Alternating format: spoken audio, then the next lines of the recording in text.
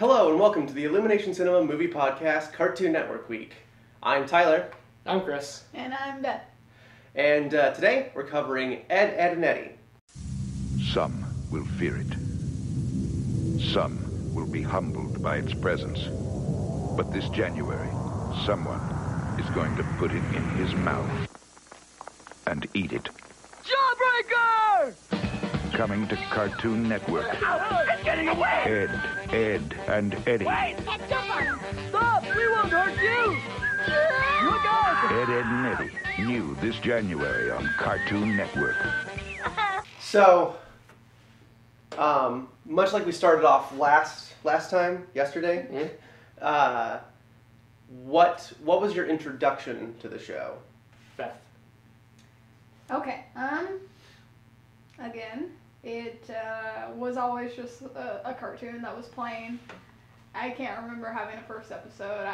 When did the show come out? 1999. Yeah, I was probably watching it, like, around the time it was coming out, so,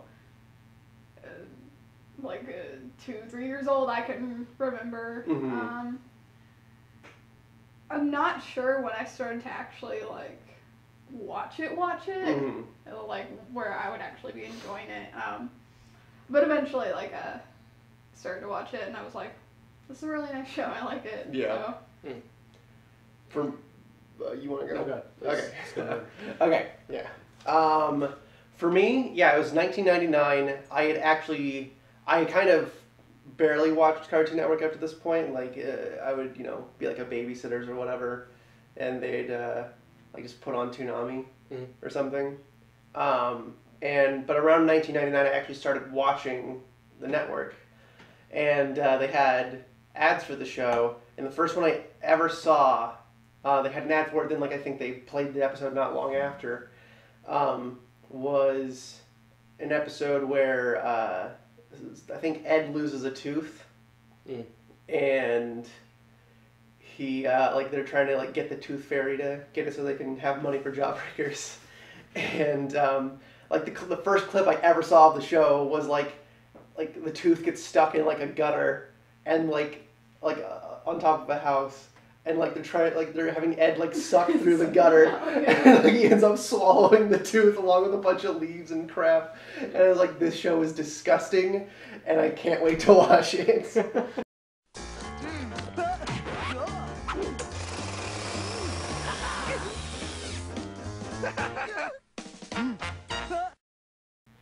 I can't remember when the first episode was that I saw for Edd and Eddie. I just remember I've been watching it since it was 99, you said? Yeah. So I was 8 years old, so I guess I've been watching it ever since then.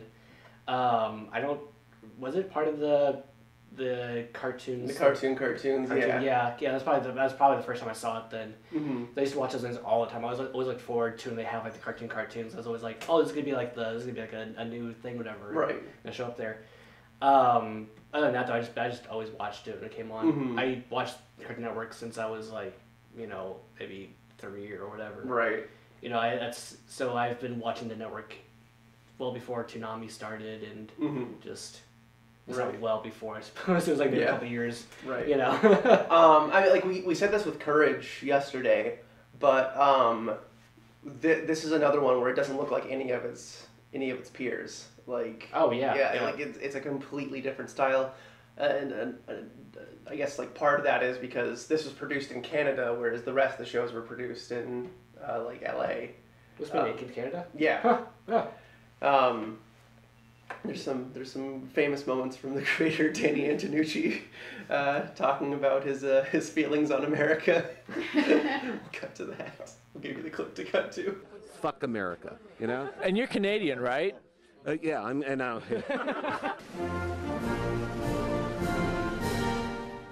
I guess from there, just talking about I guess so. None of you remember your first episodes, but what was your favorite episode? Man, I also don't know what my favorite episode was. Give you a minute, Beth. Probably the Halloween episode. I forgot what's it called again. Edd, Edd and Eddie's Boo Ha Ha. Yeah. Before, I guess we didn't say this earlier. We watched that. We watched a couple of the shorts from season 1, and the movie Edd and Eddie's Big Picture Show. So, with that, we can go ahead and continue. Yeah, I really liked all of Ed's weird delusions. My favorite one was probably of Sarah. Yeah. Her vampires. But looking at, like, okay, so we watched the first 2 episodes, and then going to that one, you can see a lot of animation improvement. The colors weren't as, like, neon. Well, a couple things is, like, we watched, like, we tried to go, like, beginning, middle, end Right. Of the shows, since this one had a really long run. Like, I think at the time it was the longest running show on Cartoon Network. And, like, just an additional point to the Halloween episode, like, whenever they would go outside of their own like art style, like they'd change it up for a specific episode, like the Halloween one, like they completely took on this like fall atmosphere and everything. Like it always looks really cool when they do something like that, like just change it up. Take a step to the left. No, right. My right. Yeah, I can't remember what my favorite episode would be then, because I feel like I need to watch the whole entire show again. How long has it been for you? Probably longer than even Courage was. It's Oh, because I stopped watching Cartoon Network around when I was maybe. Actually, I'm not sure how old I was. Maybe 15 or so. We'll get to that in later episodes. This was probably a bit longer than Courage was for me too. Well, because it was on Netflix a few years ago, and that's like when I started rewatching everything that was on there, and so I had a good refresher course even before this. I tell you this, how much I don't remember of the show. I didn't remember the character Naz. Yeah. At all. I was like, who is this character? Yeah. When did she show up? Right. She's there the whole time. Yep, and that's just, like I said, that's how long it's been since I've watched it. I remember, all the scams that they pulled, try to get Jawbreakers, try to get those quarters for Jawbreakers, whatever. I remember, putting the Jawbreakers in there, always have the big old cheeks at the here or whatever. And always when I was a kid, I wanted a Jawbreaker like that. They're like, oh, I want the Jawbreakers like that. My dad's like, yeah, those aren't possible. Yeah. I remember finding one that was, this big. Oh, yeah. And I was like, that's about as close. Everyone would just talk about how that's as close as you're going to get to Edd and Eddie. It was at the candy stores. You have those big old ones. You're just like, yeah, I want that. It's way more than a quarter. Yeah.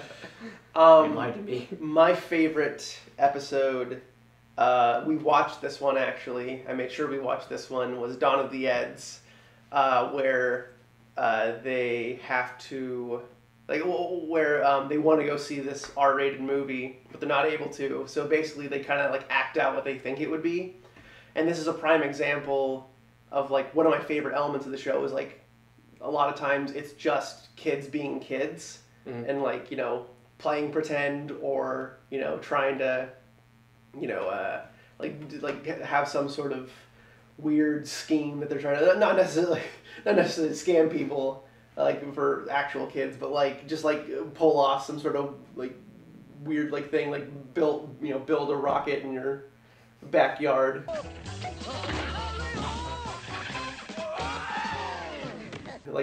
Made out of junk. And with this one, this was actually one of the only episodes and when they just get to play. Yeah. They don't get beat up at the end and something doesn't go wrong. They just at the end, they're like, "Oh, I'm hungry. I'm going home." Yeah. I'm just it has that that feels like a summer day with your friends or whatever. It has that sort of feeling to it, and those were usually the best ones. And I think this is the prime example of it.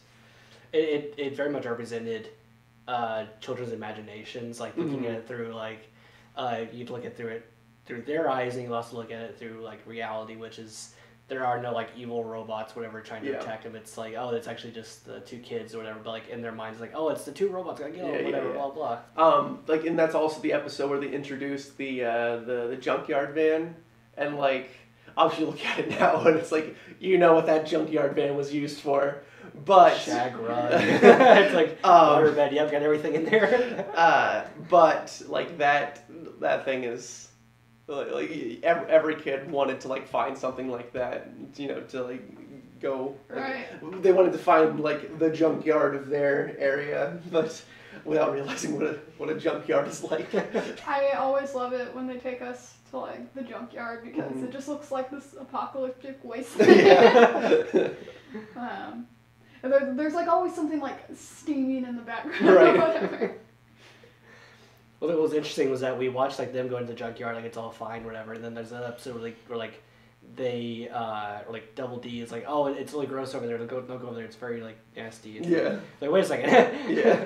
The continuity does not exist there, which is totally fine. Yeah, I mean, like, there's also a little bit in the movie. We'll get into actually talking about the movie later, but like Jimmy's like freaking out because of a ladybug, but then he's like embracing a pig. like okay, whatever.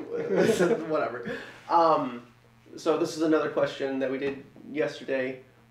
What is your favorite character?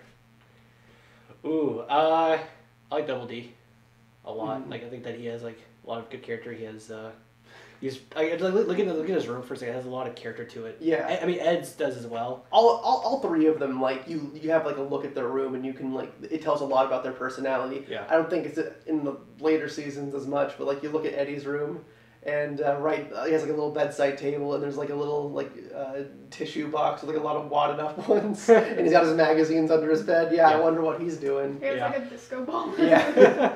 Lava lamp and record player and. Like the Double D has like all the things labeled, everything in there's labeled, and like lots Ed's, of books. And, lots of books, yeah. And then like Ed's, like it's all just, like horror movie posters, it's just torn nasty. apart.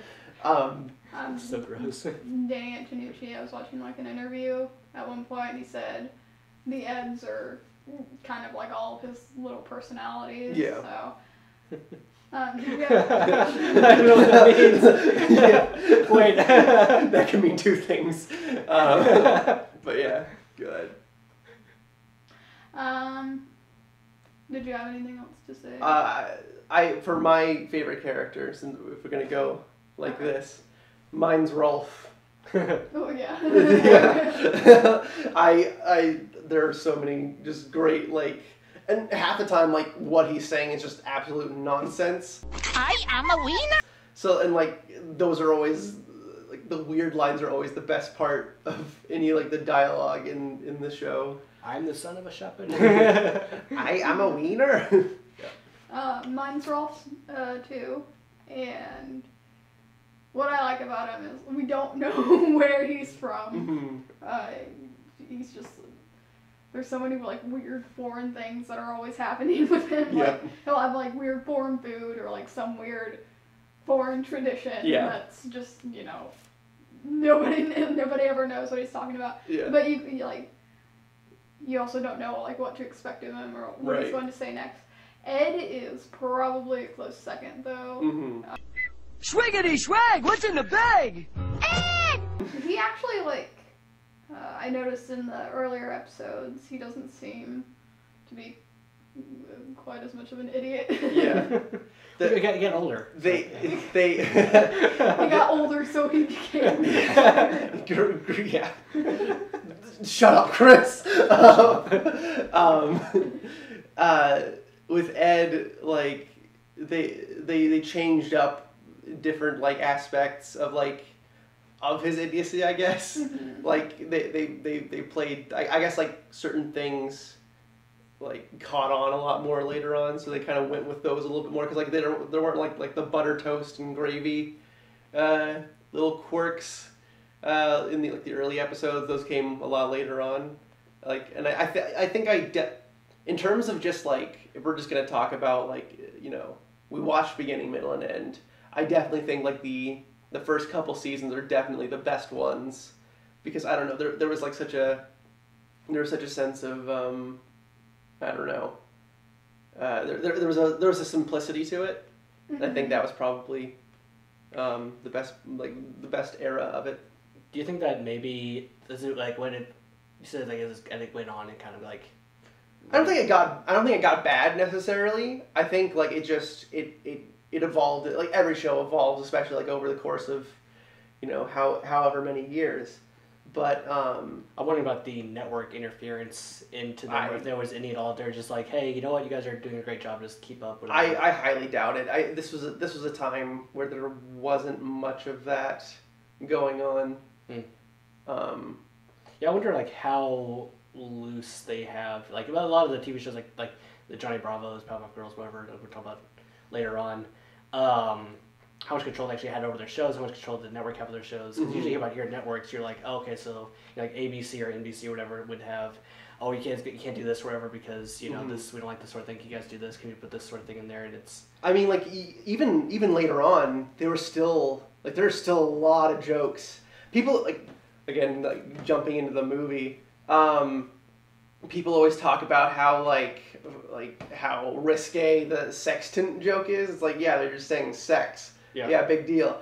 Then like not like 30 seconds later, Eddie says something along the lines of they're like, oh, maybe we should try going through the front door of the joke shop, and he says no. He's like, oh yeah, my brother hates back doors. Always talks about how he hates back doors.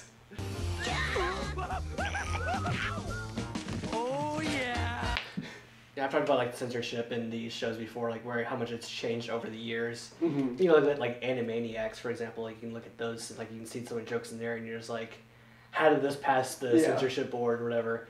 And yeah, Edd and Eddie have like the backdoor joke. It's like, that is specifically just for parents. There's no way.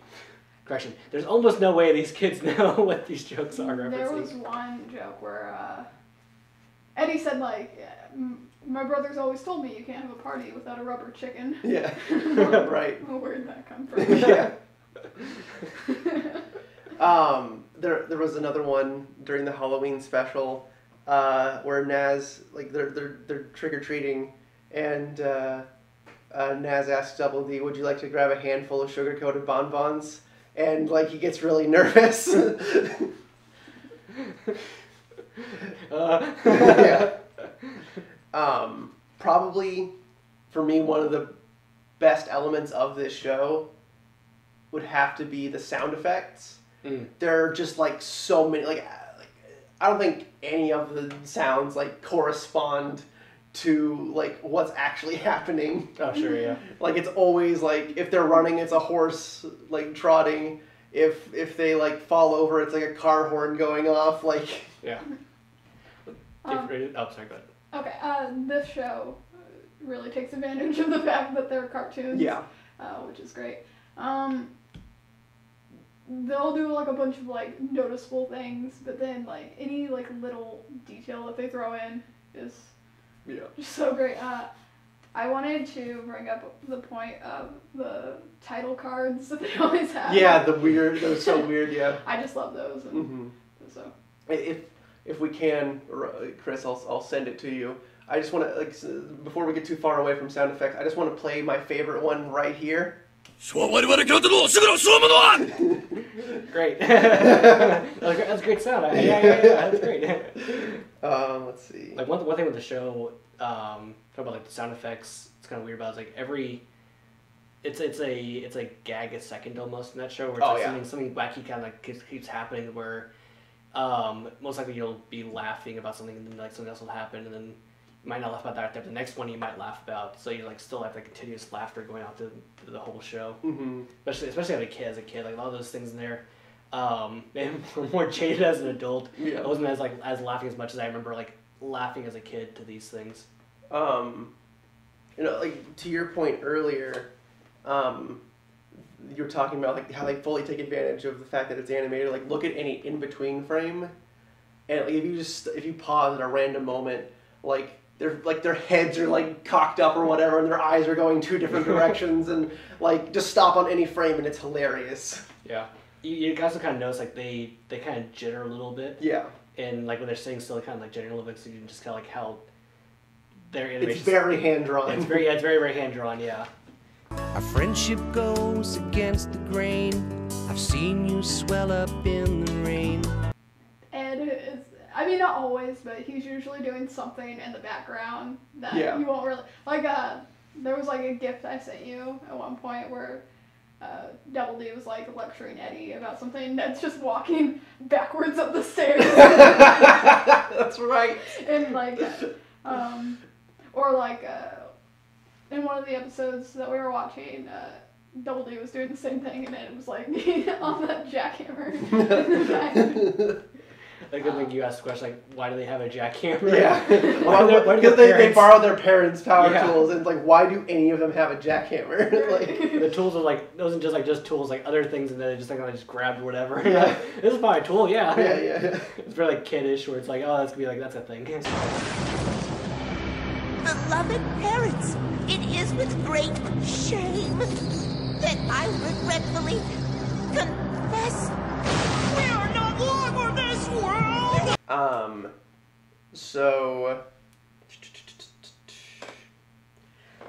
So like when I first watched it, I think you figured out that you did in fact see it when it was on TV, right? I figured out that I saw part of it. Okay. Because when I got later on in the movie, I realized I have not watched all this before. I watched up through when we got to Eddie's brother's room. Mm-hmm.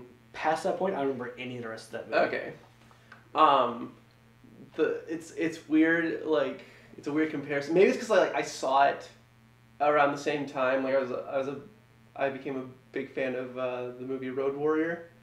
It kind of gives me like a weird like Road Warrior vibe, like in at least the opening scene, like just like the way everything. The post-apocalyptic looking. It's got that sort of look to it. Like they're in the car and everyone's like kind of chased. It's like a big car chase, like, and everyone's like all torn apart and like. Rolf has like just like part of it. It's like a chunk ripped out of him that's perfect.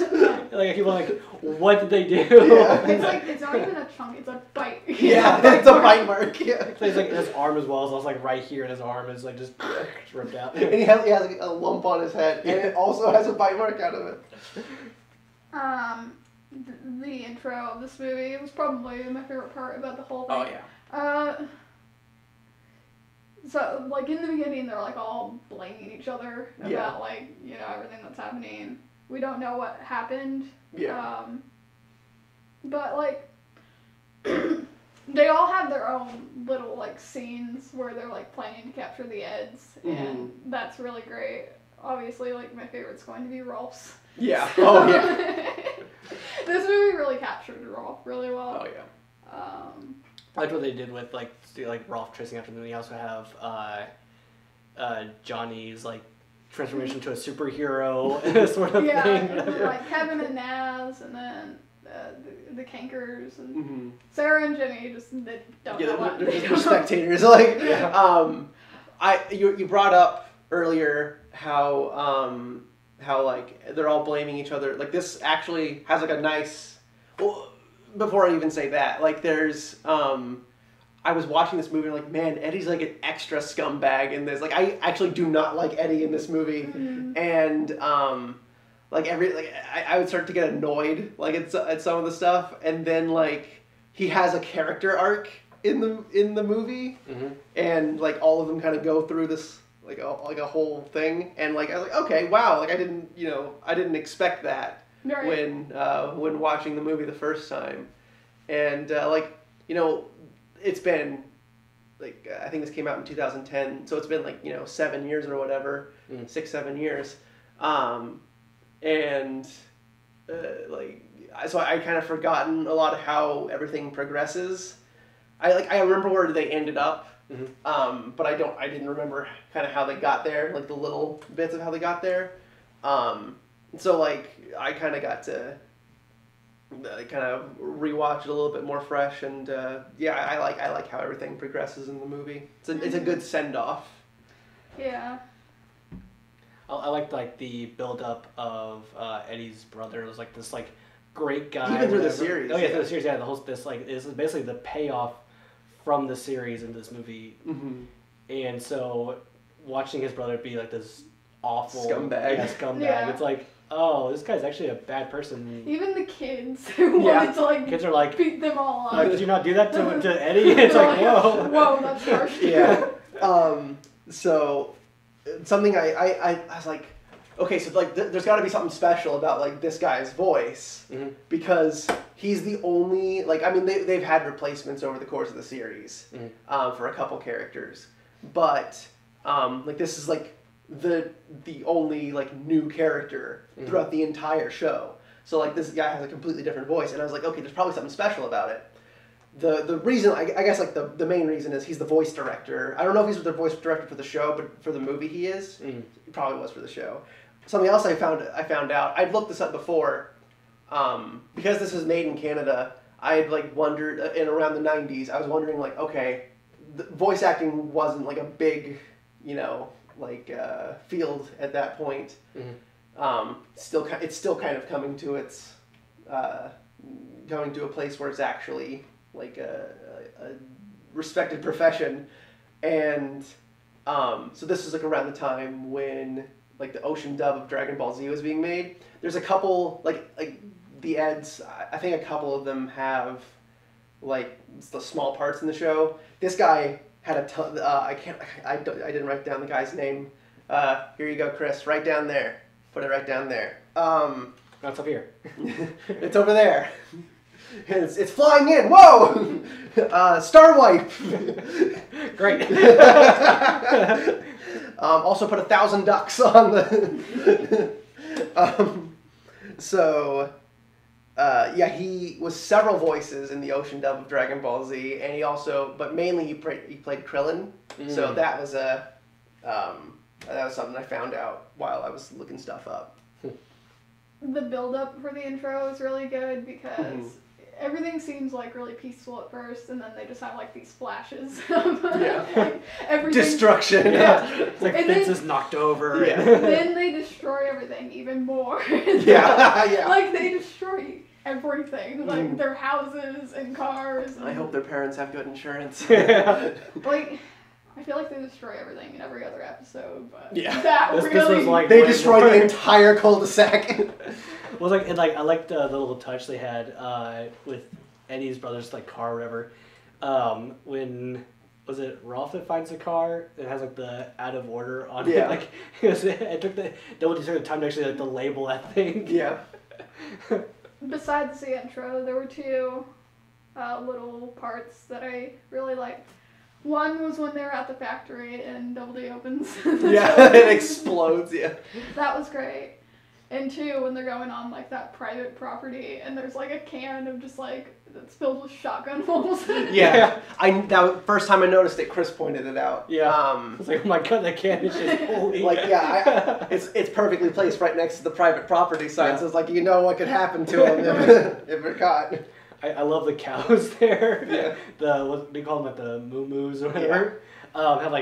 They had like 6 udders or whatever. Yeah. Like what the heck? There's a gratuitous milking scene. This big old massive fat cow. It's just like milking it, then drinking that milk afterwards. Oh god. Like immediately. Or the rocket you sent Eddie into orbit in, and he would have crashed if it weren't for that parachute. Edd, Edd and Eddie, Friday at 8 on Cartoon Network. I don't know, it was fine because it's a one-off thing. It's a send-off for the show. The movie drags a little bit. 90 minutes of constant, like you said, there's a joke every second. Gag a second. Like 90 minutes of slapstick constantly got a little bit old. And there's even a line Eddie says where like, I'm getting sick of slapstick, and I'm like, I kind of, I'm with you. It's for the stupid children that watch it.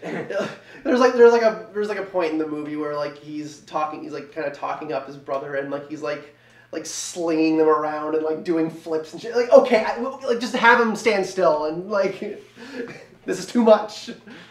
Let me tell you how to do your job, Danny Antonucci. Okay. I'm pretty much out of notes for the movie.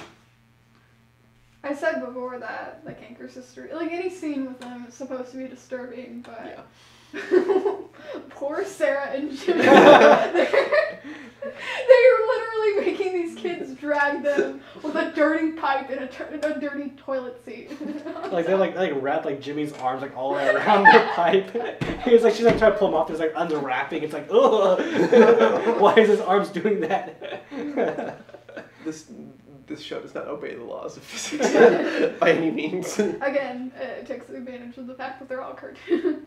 What's really bizarre, you don't say the advantage like the cartoons like have a slapstick.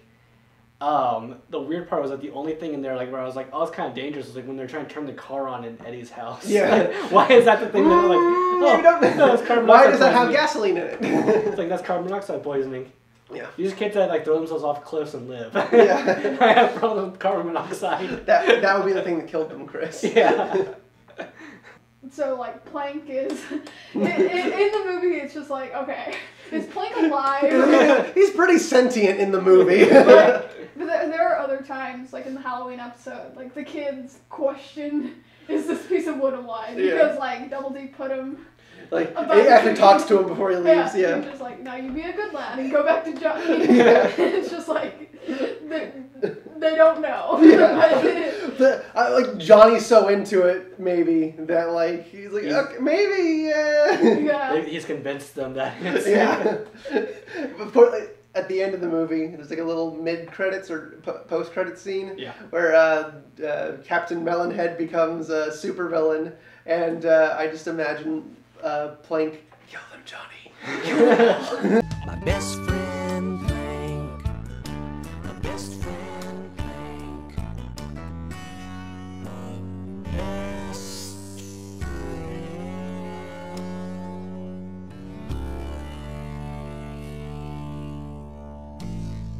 So, for me, yeah, I think the show still holds up to the most part. Definitely, like I said, definitely enjoyed the earlier seasons more than the rest of the show. For my Jamie rating, I would give it an 8 out of 10. And the movie, I would probably give it like a 6.5. Okay. Me. It's a great TV show. It's probably still like, I bet you kids nowadays probably still would love it. Yeah. You know, it's aged well. Yeah, it's pretty much universal humor. Yeah. Like it'll probably last generations past us. Like you still watch like the Flintstones, whatever. It's still it's still funny.